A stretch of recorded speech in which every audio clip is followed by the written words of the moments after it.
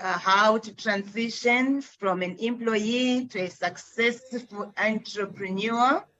If you have any questions that are relevant to what we are discussing today, I'd ask you to kindly comment, write them in the comment section. Then we'll address them as we go along. And if you have any comments that are relevant to what we're discussing and you think they will be helpful to our others, also just you can comment in the comment section, and you can kindly share the live and take somebody. You never know who will benefit from the discussion. Today, joining me is Themba and Josephine.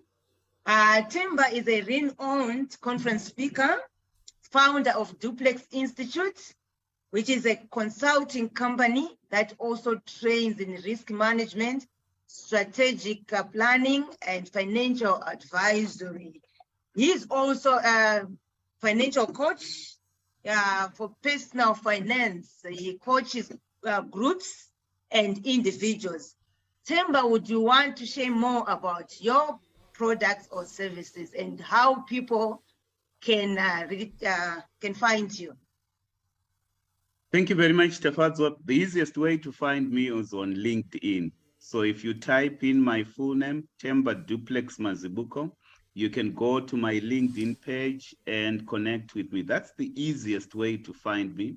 But I do have a website, www.duplexinstitute, as in DUPLEIX, one word, institute.com. So you'll find the website for our company there. But I essentially do three things. I am a consultant. That's the major part of our business. But I'm also a trainer in risk management, in financial advisory, and also in strategy. The third thing that I do is that I am able to build tools for our clients, particularly banking clients. So we are in the process of building a number of applications in risk management and also in strategy for use by our clients. So that's essentially what I do, Tefazo. Thank you very much for that, Themba. And today, joining us from Switzerland is Josephine.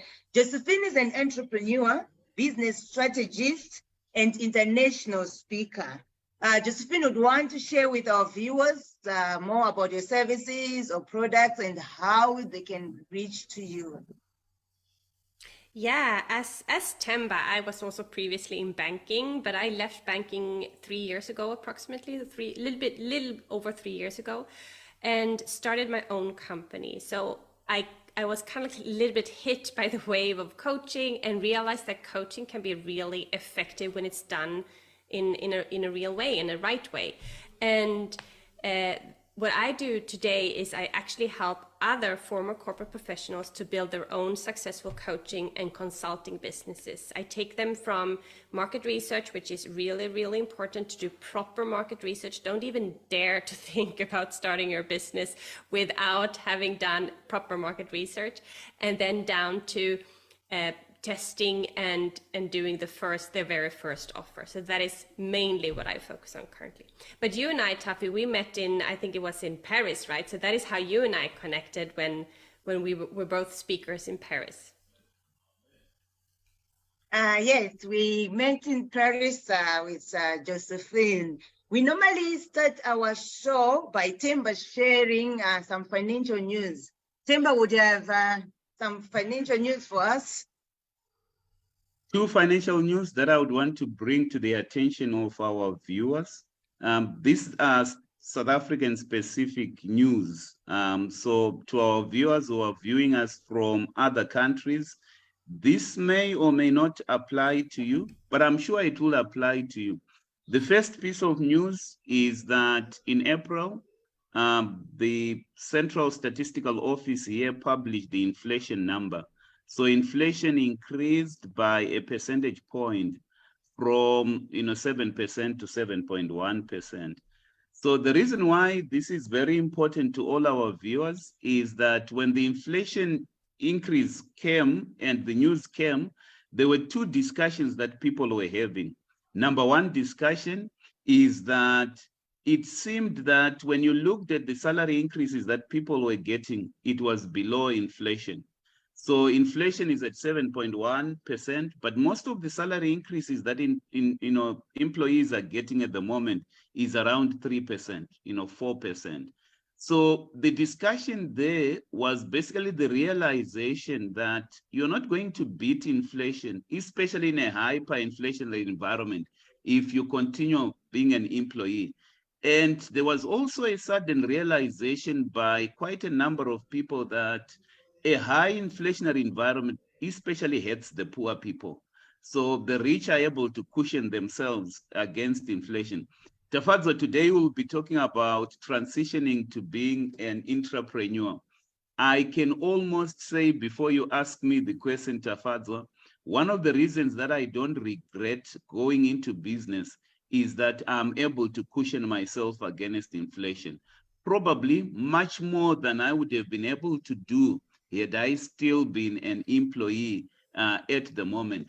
The other discussion that was triggered by the inflation figure was the high food inflation. So while list headline inflation was at 7.1%, food inflation was at 14%, which was the highest that it's been in the last 14 years.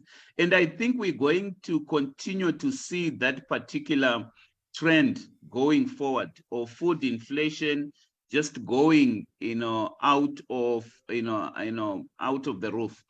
And I'm sure, Tafadzo, you do shopping quite a lot. And one of the things that we're seeing in South Africa is how food prices are continuing to go up. So to our viewers, we gave an advisory at the beginning of the year that inflation will continue to increase, particularly in the first half of the year, before it moderates. We also made a prediction that interest rates are going to continue rising. And I think in South Africa and in other markets, the interest rate hiking cycle is still there. Central bank officials are still hiking interest rates. So it's not the time to have debt at the moment.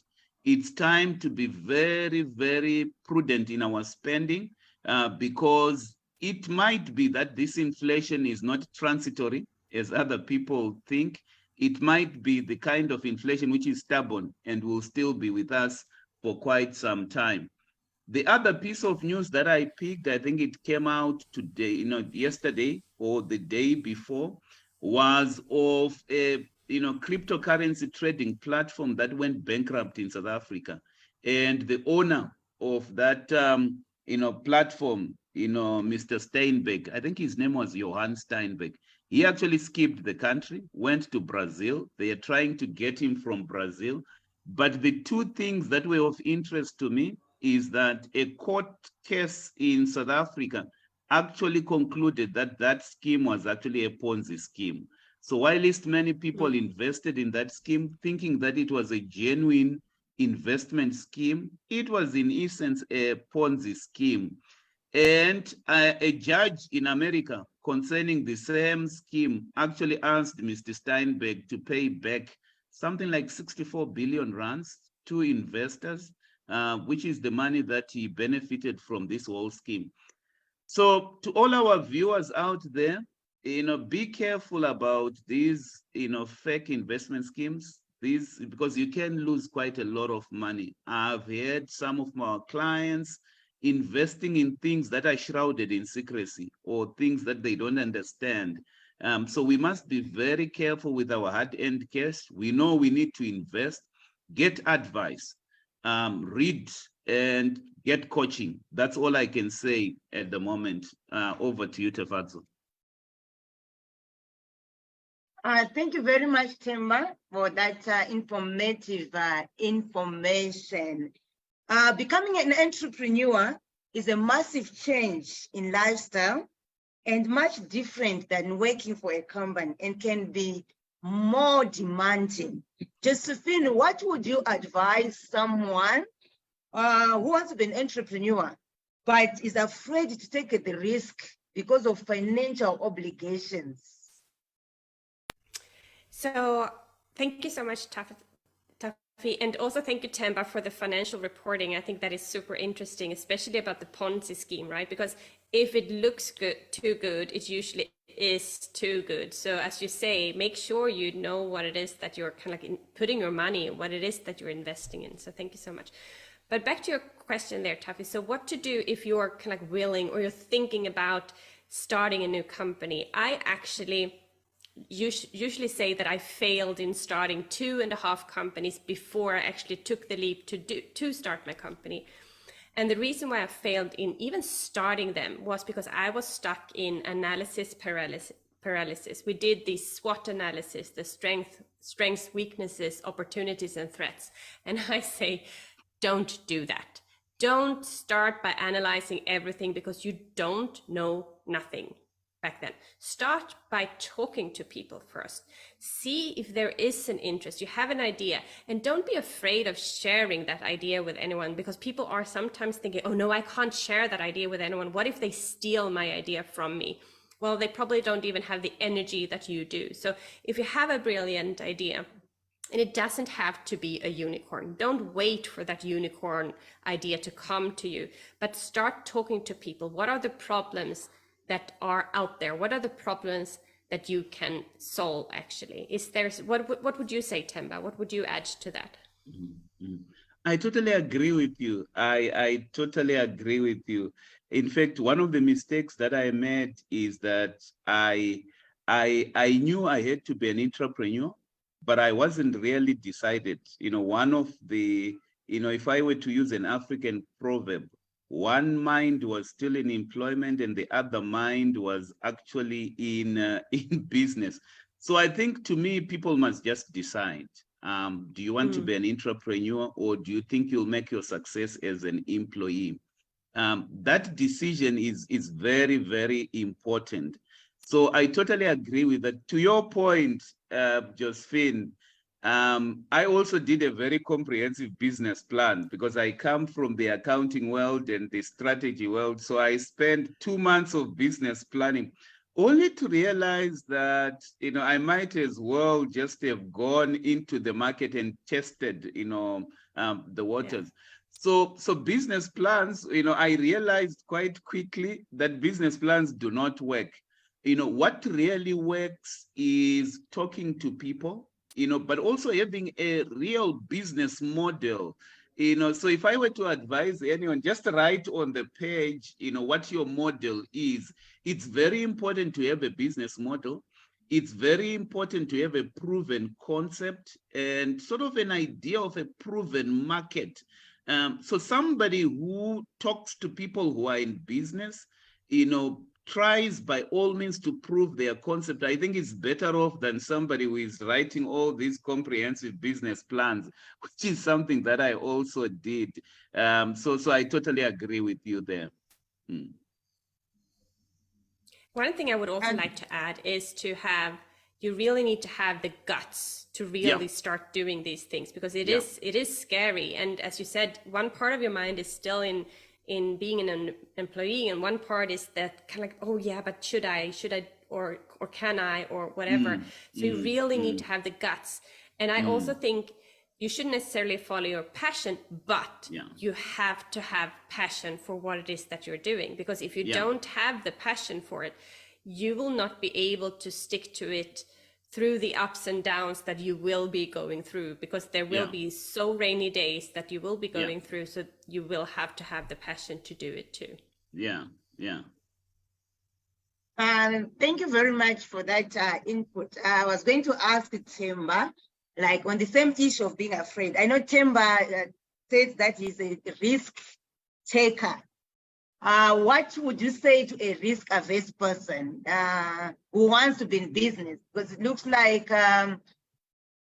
you need to take some risk. But let's say I want to be in, but I'm really risk-averse. Are we all called to be entrepreneurs, or I would rather remain in as an employee and manage my risk that way?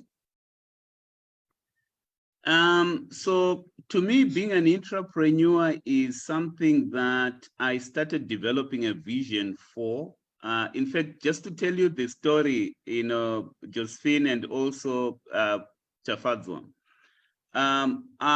One day I looked at my boss. My boss was very successful. He was proud of what he was doing. And then I really asked myself, if I were in this boss position in 10 years' time, having achieved what he has achieved, then I would have failed in life. I think we all have goals. We all have things that, what really prompted me to take this step was just this sudden realization that even if I were to rise, up the corporate ladder and get to where he is, that's not what I really want to do with my life. I'm one person who has always wanted to help people, to leave a legacy in life. That has always been my ambition. In fact, I was working for a bank and I always imagined myself starting a bank of my own. And I then realized that if I were to follow this particular path, it was not going to happen to me. So before we even talk about risk preferences, I think we need to resolve this question of what is it that we would want to do with our lives. To me, entrepreneurship affords us the opportunity to pursue our goals, to have freedom, to just, generate an income and to do what we need to do in life. I'm joining you today, Tafadzwa, from Dubai. I can tell you, had I not been an employee, I probably would not have had this opportunity to travel. So before we can even talk about, risk preferences, I think we need to just settle the question that says, what are your goals? What do you want to do with your life? And, for some people, if you've got grand ideas of leaving a legacy in life, entrepreneurship is probably, for you. It affords you the opportunity, to do that.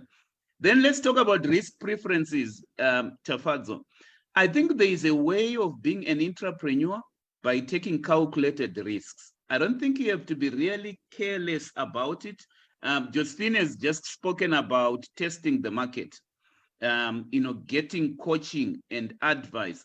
Some of the people who have made it in business were actually risk averse, but I think they managed or mitigated their risks by getting good advice, by being in the right company, and by following a proven way of going into business. So I don't think, we must necessarily project this idea that you necessarily have to just, become an entrepreneur and be, just take risks that are not calculated. I think you can take calculated risks, you can learn to be an entrepreneur, and you'll make a success, of it. So two things that I would say to somebody who is not sure about whether they are meant for business or not. I think they should just revisit their purpose in life, what it is that they would want to do.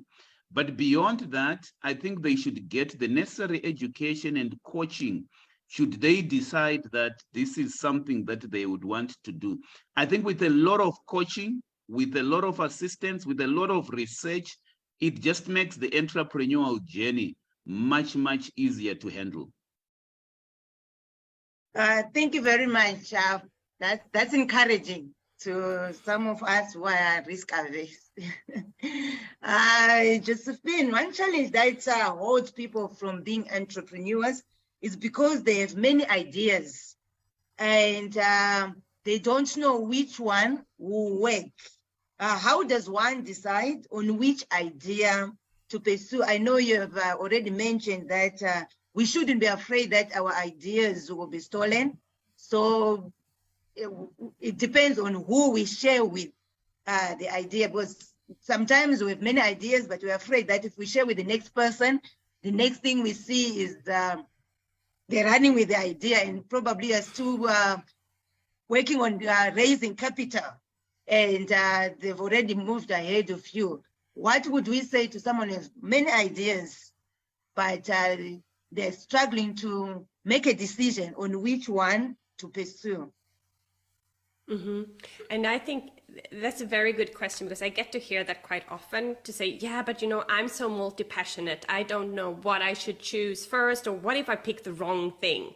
Well, if you never pick, you will never get anywhere. And it was actually Gary Vee. He's this quite famous marketing person, and he was like, he's very extremely direct, right? And he's like, you're just procrastinating, you're just, you know, putting it off. And that is actually true, because people will say, oh, you know, I'm so multi-passionate, I don't know what I want to do.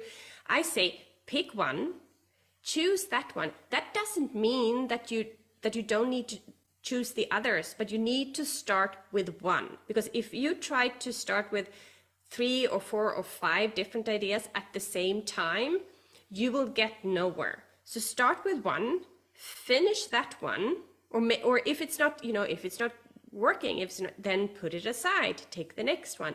But you need to give it some time, because nothing, and I think Themba can confirm this too, it's not as if, you know, step out of a corporate and then you have a great idea and then within 24 hours you're successful. That is not how it works, right? So start with one, pick one, and it doesn't really matter which one. One idea could be to write them all down, read through them again, and if you say, okay, if I would only focus on this one, how would I feel? It's a little bit, goes back to a little bit what Themba said before, to revisit your purpose. What is it really that you want? Do you want to work on this, if it's writing a book, or if it's like setting up your coaching business or consulting business, or whatever it might be, right? To pick one and then follow through with that idea. And that's actually, you need to pick one. There is no way around it. You need to pick one idea and pursue it. As Josephine is saying, it's not like it happens over 24 hours. Sometimes it takes some years pursuing one idea, failing, rising, and improving on the idea. Themba, if one has many ideas, would you advise them? Okay, I was going to ask you whether you would advise them to start on one. Josephine has already touched on that.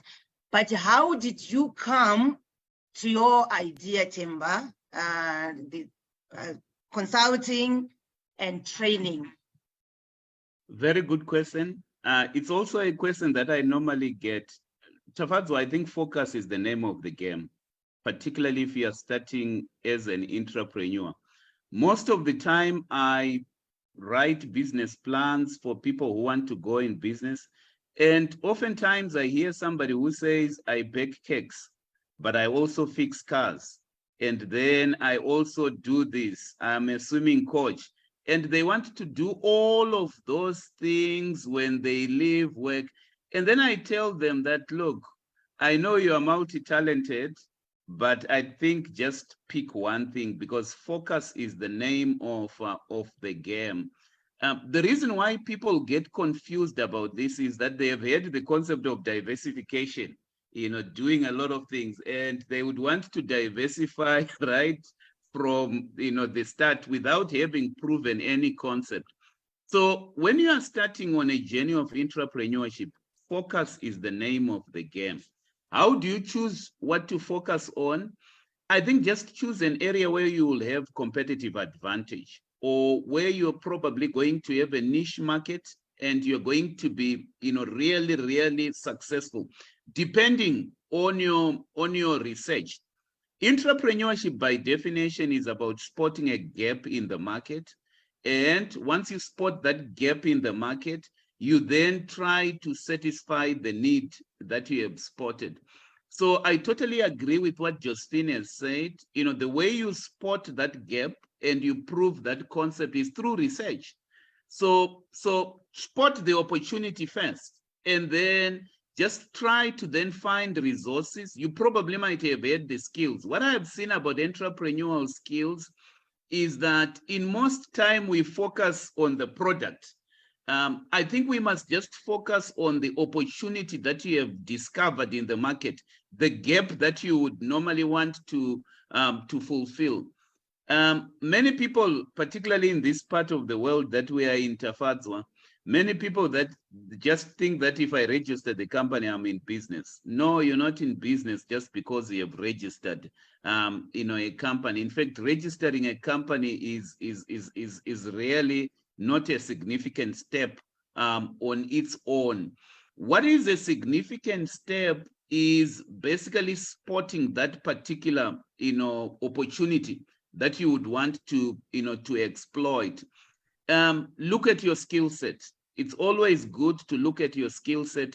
I went into consulting, and particularly consulting into banks, because I've got the background. I've worked for a bank, but not only have I worked for a bank, even when I was working for Absa, Tafadzo, I cannot tell you how many times people would compliment me for being a good trainer. Then I knew that, look, I was really good in training. And if I had to make a success of anything in business, I needed to capitalize on my training skills. So what made me go into training initially and to pick it was basically the experience that I have had in banking, the connections that I had built in, over time. Because whilst working for the bank that I was working for, I had actually built connections. I had built a network. And so it was then easy to just transition into entrepreneurship. And, I'd already made a name for myself as a trainer and as a consultant. So that's what made me pick that particular area, the connections that I had made, the skill set that I had, but also the areas that I had been complimented by people over time, which I knew that if I went into business, I would make a success of it. But there's also one thing that I would want to just say as an idea, Tafadzo. One of the mistakes that I made is that when I decided to go into business, I then copied some of the business models that were there. So I looked at the people that were successful in training, and then I tried to copy them. The problem with copying somebody is that you will always be behind them. They got to where they got to because they sort of pioneered, something. So what I would want to say to people who are getting into business is that just know the value that you would want to deliver to the market. You don't necessarily have to copy how people are doing it. The reason why you don't necessarily have to copy why people are doing certain things is that we have seen quite a lot of disruptions in a number of markets.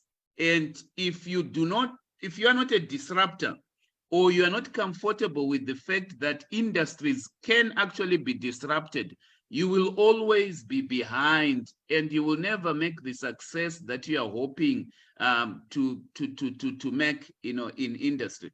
So just to give you an example, when I went into the training business, then things changed very quickly. There was COVID, and then people were not training, face to face, and then people were going online, and all of these changes that were taking place.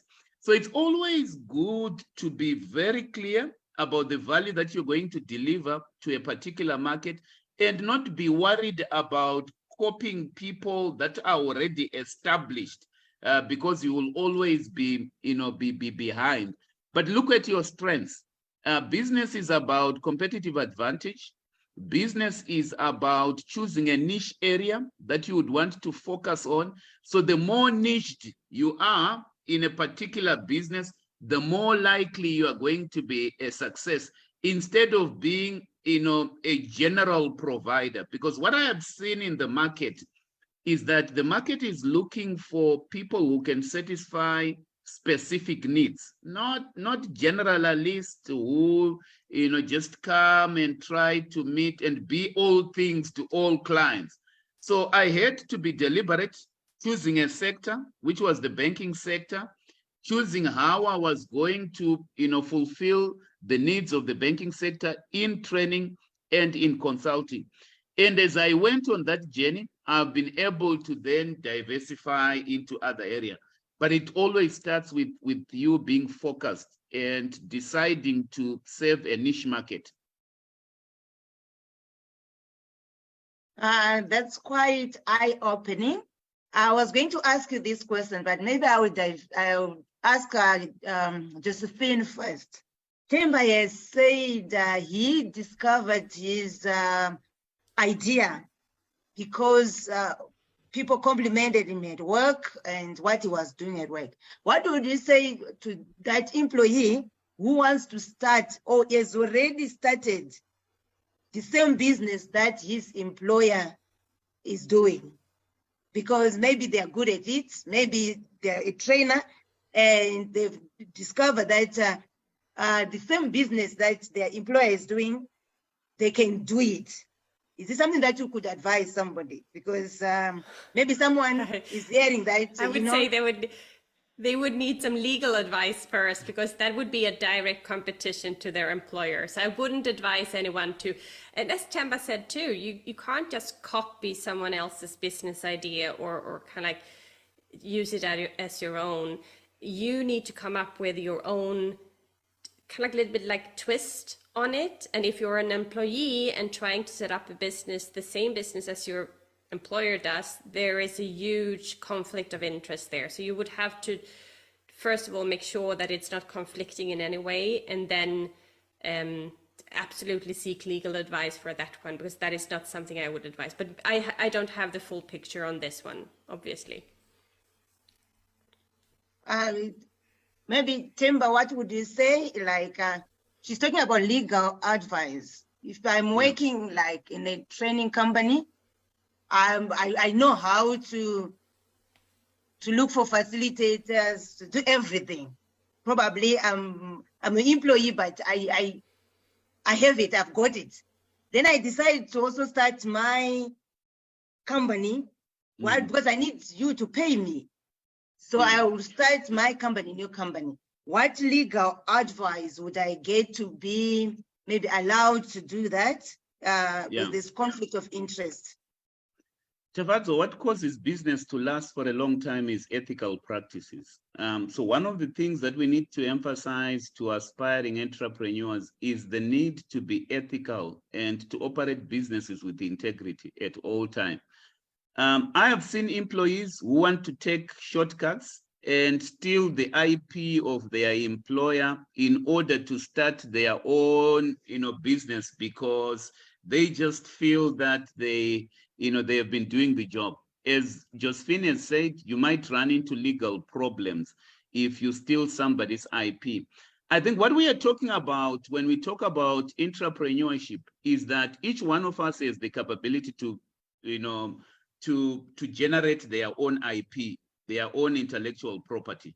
Unless you've got the ability to generate your IP, or you're going to move in an area and do things differently where there are no IP issues, probably it's not yet the time to go into business. So I would want to emphasize the need of being, very ethical, not steal anybody's IP, but just go into business with the confidence that you can serve the market in a unique way and in an ethical manner as well.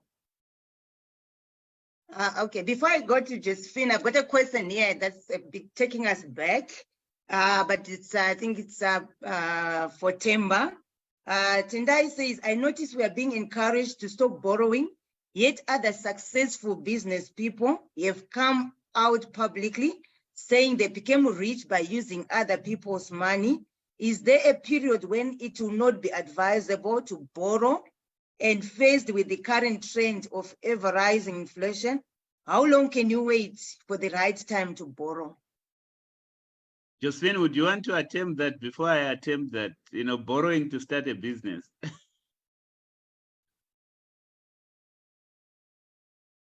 I think you are muted, Josephine. Yeah, sorry, I realized. You do need some capital to start a business, but contrary to what some people say, they say, oh, you need so much money to start a business. That is not necessary today, depending obviously of what type of business it is that you want to start. If it's a restaurant, you do need some kind of you need the location, you need all the appliances, you need to have all the vendors and everything.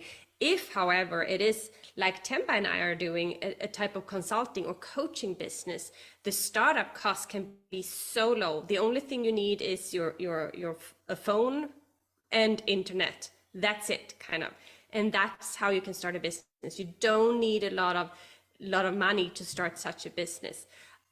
I would be hesitant to borrow money unless you know what it is for, right? So it's so difficult to say, say on average to say, yeah, of course, go ahead and borrow money, or no, you shouldn't borrow any money.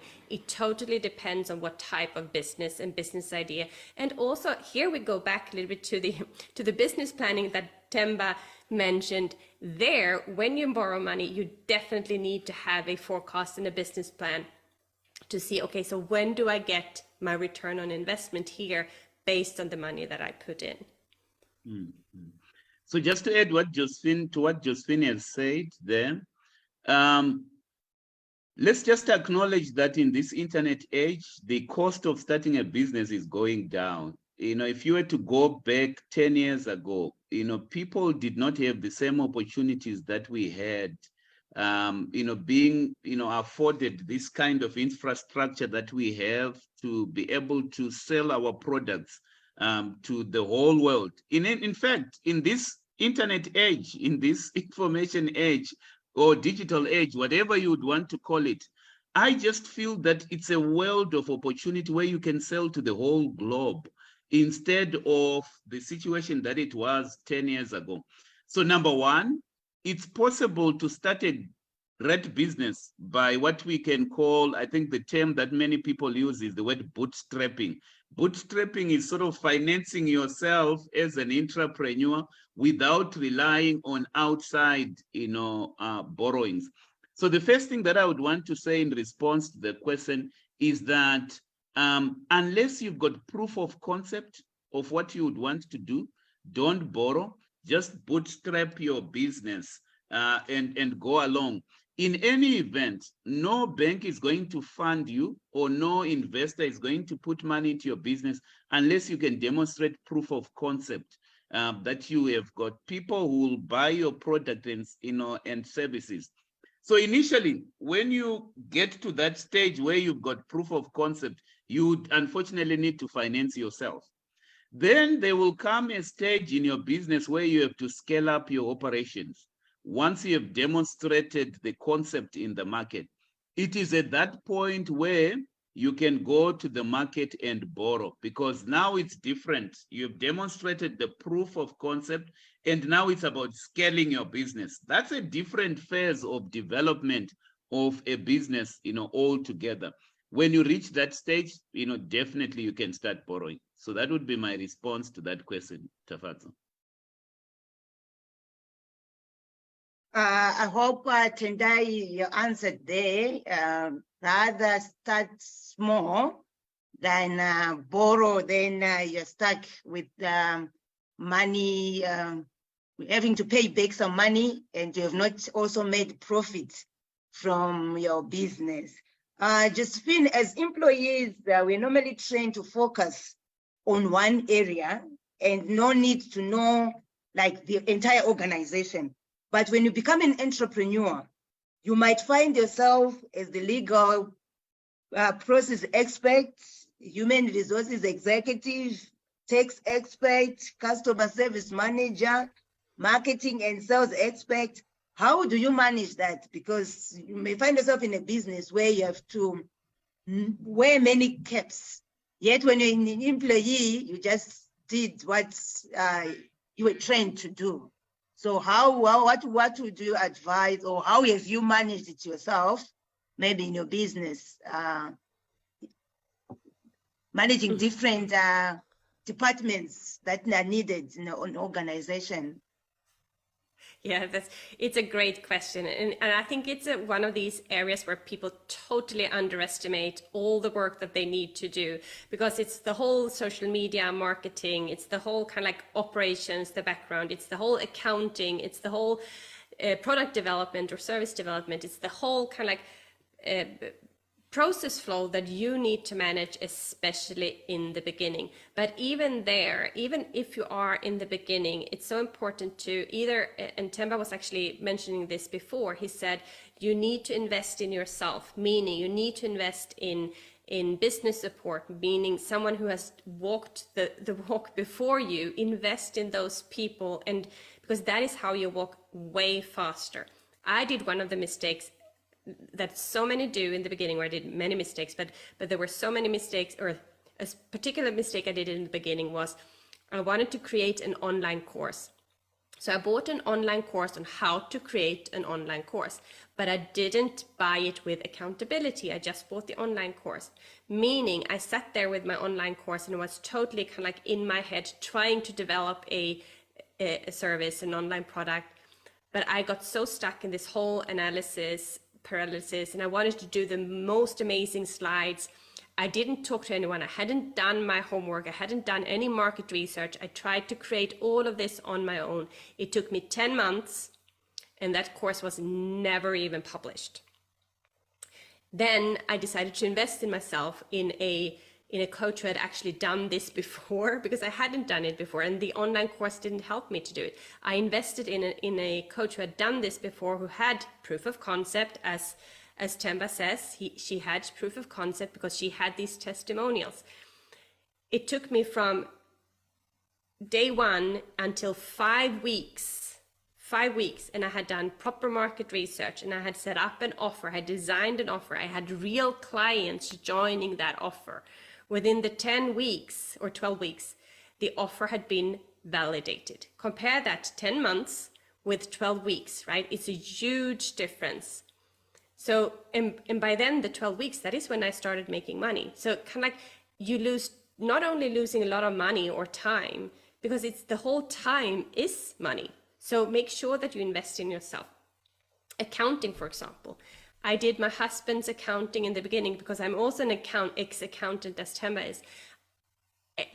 2 days before I had to do the accounting, I was in a bad mood. During the whole, it took me probably an hour to do it, but I was in such a bad mood.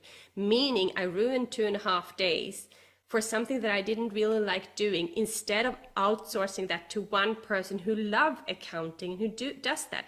So make sure that you outsource these tasks that you don't like doing yourself, because the whole energy I spent there, the 2.5 days, doing tasks that I can do them, but just because you can do the things doesn't mean you have to do the things. And then we come back to the money again, and people say, yeah, but you know, Josephine, I don't really have the money to do these things. I can't outsource it. Yeah, but if you outsource these things, you could focus your time on validating your offer, on selling your offer, getting the money in so that you can outsource it. So that is a little bit how you need to invest in yourself to learn these different things and outsource what it is that you don't want to do or can do. As Josephine is saying, invest in yourself and outsource that which you can't do. Themba, at what stage would you advise someone to get employees, right, maybe to manage this issue of not doing everything? Or is there a better way of outsourcing your work without it taking you back financially? So number one, we're living in a world of opportunity. I think let's not forget that. And in this world of opportunity, technology is making certain routine tasks easier to do, much more than it was possible years ago. So the first thing that I would want to point out is that in your business model, just define what are the core activities and what are the support activities. You're not going to outsource everything, but there are certain support activities that you can, outsource at manageable cost as well. I would want to just mention something that I learned earlier on in life, Tafadzwa, and this is the thing that says the job of an entrepreneur is really to market their business. Yeah, I don't, I don't know if, forget about the product, forget about everything else. If you're an entrepreneur and you can't convince people to buy your products, then you've got a real problem. So one of the things, particularly when you are starting, is that you can't outsource marketing.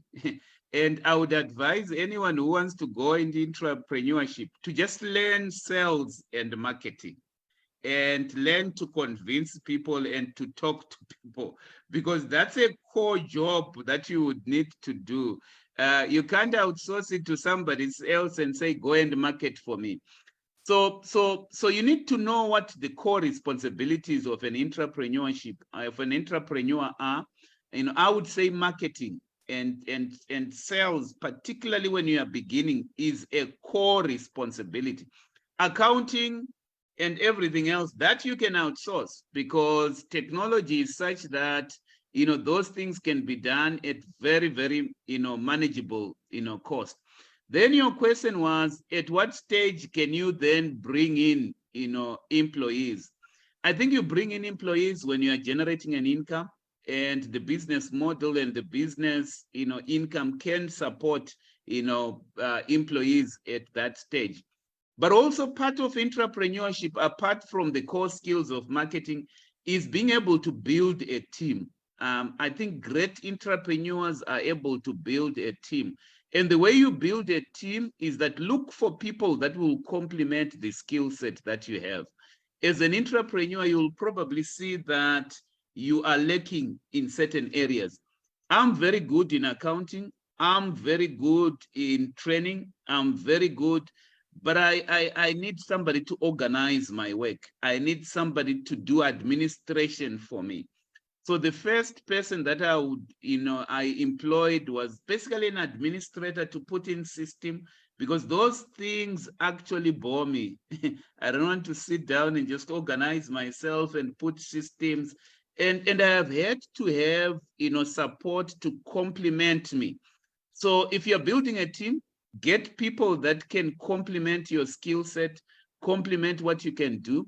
But there are certain things that you can't outsource, things such as, choosing who will become part of your team, things such as marketing your business and talking to clients. I think those you can't outsource, to people. And then as the business grows, I think you should be able to release certain tasks and be able to mentor certain people so that they can replace what you are doing as your business is growing. So you bring in team members as and when the cash flow actually allows you to do that. And I must just point out at this stage, Tafadzo, that one of the lessons that I have learned as a business owner is to be able to manage your cash flow very well. So I'm happy with somebody who says, I'm an entrepreneur, I'm not an accountant. That's good. Even though you are not an accountant, just learn how to manage cash flow. It's a basic skill that you need because I have seen entrepreneurs who dream about a number of things, but they run out of cash. They don't know how to collect cash. Cash flow management, just managing cash, is a very critical skill that entrepreneurs must have in their business. As an entrepreneur, learn how to manage cash flow. I think one of the most frustrating issues with most entrepreneurs is to not have money to have food in the house, yet there are so many people out there owing you because you just don't know how to collect the cash. There's a question here I'll defer to Josephine. Elliot is asking, can you please explain the difference between working in your business and on your business and the effects? I did not understand that statement. So working in your business and on your business, that is a little bit the difference between being the CEO of your business, or are you the employee of your own business? That is the whole mindset. Are you the CEO, the one who has things under control, who knows about the strategy, who knows about the numbers? Because as Themba said, you need to know about your numbers, because if you don't know your numbers, if you try to, disregard the numbers, you are not kind of like taking care of your business.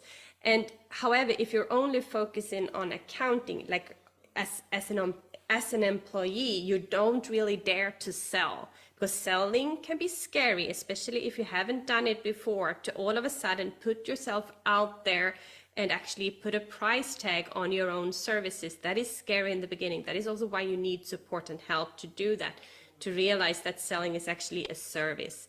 And by not selling, you're doing the people who you will be able to help a disservice. So the whole thing about when people say working in your business or on your business, that is the mindset that you're doing. Are you the CEO of your business? Are you the one who runs the things?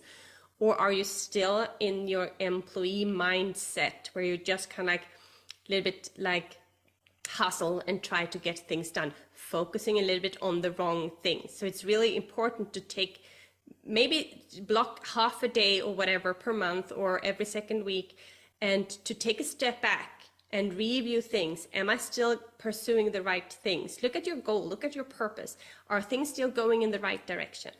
When I started my business, I thought that I should help women who were still in corporate, who were struggling, who didn't really want to be there. Those were the people I thought I should help, that I was a little bit obliged to help them because I had been in that position myself. Turns out that these women are actually my trigger clients, meaning they do need help, but they don't need help from me. I am not the right person to help them. And it wasn't until I took a big step back to say, okay, so who do I want to work with? Because by taking a step back, looking at things, from a little bit more wider perspective, a holistic view rather, to say, okay, so who do I want to work with? Well, I want to work with business owners who are ready to take action, because I'm not patient enough for the other people who are not yet ready to take action. I work with action takers. So when I took a step back, decided on my new ideal client, and defining your ideal client is not something you do once and then it's done and dusted. It's something you do over and over and over again. And you need to redefine or look at your ideal client. And it wasn't until then that my business really started to take off, because all of a sudden I started working with people that I love working with, who give me energy, I give them energy, and I'm able to help them with their business. So that is kind of like, step back, look at, are you really doing the right thing? Are you focusing on the right thing? Are you working with the right people or on the right tasks? And then you start doing that instead, and do that regularly, not just once per year or something, but every quarter at least. I hope I answered the question. I hope Elliot has been answered. Are you the CEO of your business, or you just transitioned from being an employee in another company to being an employee in your own company? I think if I can just come in there, Tafadzo. Years ago, I read the book Rich Dad, Poor Dad by Robert Kiyosaki. He wrote another book called Before You Quit Your Job. And one of the concepts that I learned there is how we define a business, sometimes. Let's just be clear here. What I define as a business is an asset of value. It's an asset of value, sometimes which you can then sell at some point. So what I would want to say to all aspiring entrepreneurs out there is that before you start your business, you must have the end in mind. What is the end game, for you? When I started my business, my end game was to create an asset of value, which I can then sell or list on a stock exchange at some point. There are people who start businesses and they want to work in that business. You are essentially self-employed in your business. If that is your end game, then that's fine. But what we call a business is an asset of value. And what that means is that initially, you must focus on creating systems so that the business can operate even without you, because nobody is going to buy your business if you are working in your business and you are the chief employer and you are self-employed there. So it's very important that in creating assets of value, that entrepreneurs create systems, so that they are replaceable, over time. So working on your business is about as Josephine has said, being the CEO of your business, focusing on strategy, focusing on growth, and creating systems with your business rather than being the chief employee in your business, because that's the trap that many entrepreneurs find themselves in, that you become the chief employee in your business and nobody's going to buy your business if you are the chief employee. And when you die, your business dies with you anyway, because you are essentially self-employed in your business. That's not the end game that we have here in mind. Thank you very much. Themba, as an employee, sometimes you log off at 2:30 for 4, unless maybe a promise overtime. So in other words, you're so conscious of time because you know, even if the work is not done, at the end of the month, the salary is coming and someone is responsible for that. If one is going to move then to be an entrepreneur, can you share maybe from experience, how did you deal with time, having to do overtime, working overtime on your business and going out of your way? Because if you're an employee, you kind of want to be compensated. But if you're an entrepreneur, no one is coming to compensate you for working overtime on the business. What motivated you? So 2 things that I would want to say, Tafadzo, is that I enjoy what I do.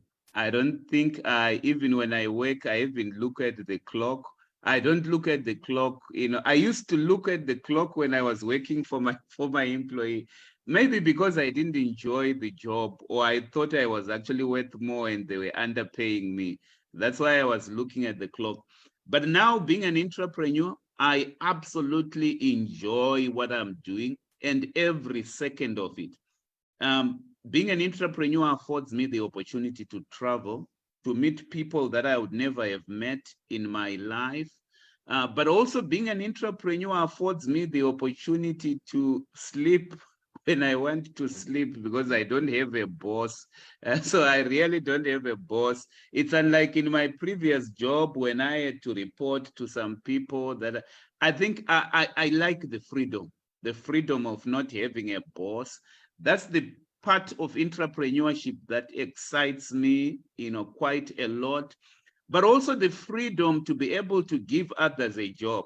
Tafadzo, I don't know if you know what that means, particularly when I'm employing people who really need an income in their lives, and I'm able to give them that job, just the freedom to help. Those are the things that have attracted me to entrepreneurship.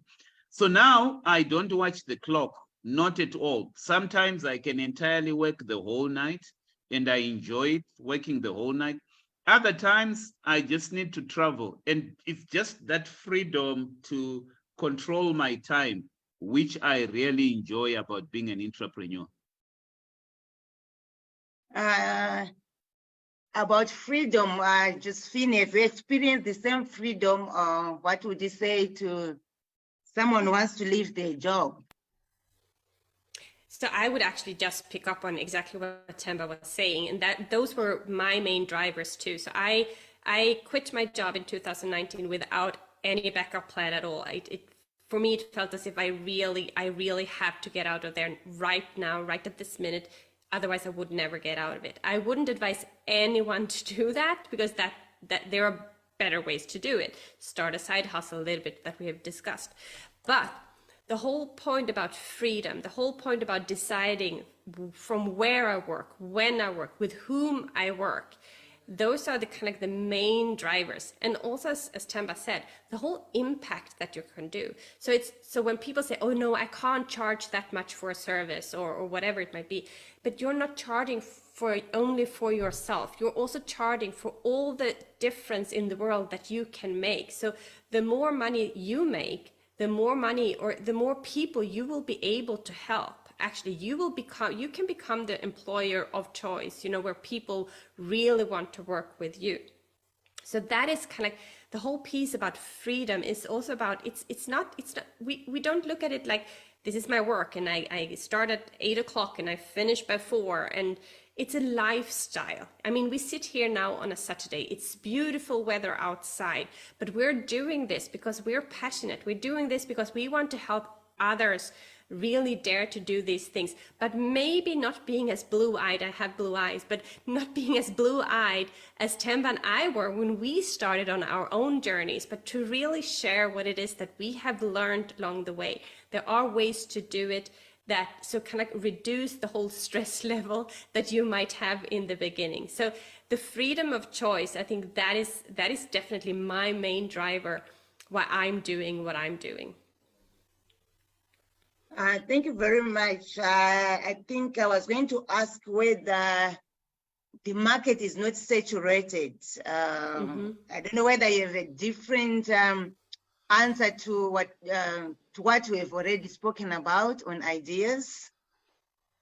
So I know there are, especially I am a coach and I'm a consultant, and Themba is also a coaching consultant, and people say, oh, there are so many out there. Yeah, but it's also a huge need for coaches and for consultants currently. And it's so important that you start thinking in different ways. There is no such thing as a safe job any longer. You can lose that job any second. Currently in Europe, there are a lot major layoffs within the pharma industry, within the tech industry, and also within the banks, huge layoffs. By setting yourself up for success, not only having one client, meaning your employer, but having several different clients, we spoke a little bit about diversify your portfolio. That is how you diversify your portfolio. The thing about the market being saturated, it's also like if there is no competition at all, there is a very good reason for that, because if there is no competition, it might mean that there is also no market for it. So not everyone is creating a Facebook, where there was no Facebook before and now Facebook is everywhere, right? So rather than trying to kind of establish a market, trying to create a demand for things that people don't really need, that starts somewhere where there is already a need. And especially when we talk about coaching and consulting, those kind of like, we talk about the hot sellable markets, and that's relationship, and that's wealth, and that's and that's health. So health, wealth, and relationships. There is always a need for various services in those areas. In closing remarks, Themba, do you regret going into business? If yes, why? If not, why? Then if you can also just tell our viewers where they can find you for the last time. So I would want to categorically mention, Tafazo, that I don't regret going into business. I don't regret at all. But I must also point out that the initial few years after starting the business, I regretted. And I think the reason why I regretted is that at some point I ran out of cash. And then I realized that probably I could have been paid on the 25th of every month, because that's when I was getting paid. But if you were to ask me now, I do not regret at all. And there are three reasons why I don't regret. Number one, I've grown as an individual. I don't think I could have grown the way that I have grown now as a business leader, as an entrepreneur, as a person who is running the business and being in charge of a team. I think the growth that I have experienced is not something that I can trade, for anything else, in my life. But I've also made a difference, Tafazo. And not only a difference in the team that I have been able to put up, because when I look at my team that is part of Duplex Institute, I can see them doing things, supporting their families, and then they all rely on a Duplex Institute. And sometimes when I see them taking their children to school and supporting their families, I begin to realize that I'm making a difference, because these people are part of the Duplex Institute, family. But also we've been able to support, other causes in such a way that I would not have been able to do had I not been, an employee. But also just the opportunity of taking care of my destiny and being the best person that I could be in life and living my dream in a way that is not limited. It's also something that I cannot trade, for anything. Life is about innovation. And every time I've got an opportunity, I think about innovating. What product can I, launch in my company and make a difference? And we've seen growth in our company in a way that we've never experienced before. And those are the things that I cannot trade, for anything. And I can go on and go on, Tafazo, but the short answer is I do not regret being an entrepreneur. And obviously, you can ask the other question as well. Would you advise anybody who is employed to go into entrepreneurship? Without a doubt. Inflation is high. Jobs are being lost in the tech industry, in the bank industry. You might as well, before you lose your job, just learn to swim as an entrepreneur. I did that, and I do not wake up one day with the fear of losing a job. I don't live under the fear of not getting an income, because I have learned to survive in the jungle. I've learned to compete, but also I have learned to dream as well. And those are things that I cannot trade for anything. So as a parting shot to all our viewers, Tafazo, I really would advise you to consider entrepreneurship. Just take the leap before something happens to you. Over to you, Tafazo. Where would people reach you if they want to reach you? I think the easiest way to reach me is via LinkedIn. I've got many people who connect me via LinkedIn. Just type in on LinkedIn Themba Duplex Mazibuko and send me a LinkedIn message. That's the easiest way to reach me. And that's the easiest way that I communicate with people. Josephine, do you have any regrets? If yes, why? If no, why? And would you also tell our viewers how they can reach you? So I definitely, I could just say to Themba, I agree with everything that you say. If I have any regrets, yeah, there are certain regrets that I have. And one of the regrets is definitely, I should have hired someone that were just a few steps ahead of me way sooner than I did. Not someone who is like, not anyone, and not someone who's like miles ahead of me, but someone who's a couple of steps ahead of you. Hire someone that is just a couple of steps ahead of you and follow in their footsteps. That doesn't mean that you copy them, but it's so much easier if you have someone to air your thoughts and ideas with, because you will kind of feel down every now and then you need to have someone that can actually pick you up a little bit. And that doesn't mean that those people are the ones who draw you and drag you, because we have to have the motivation ourselves, because it's our businesses, it's our lives. We have to be motivated to do this day in and day out.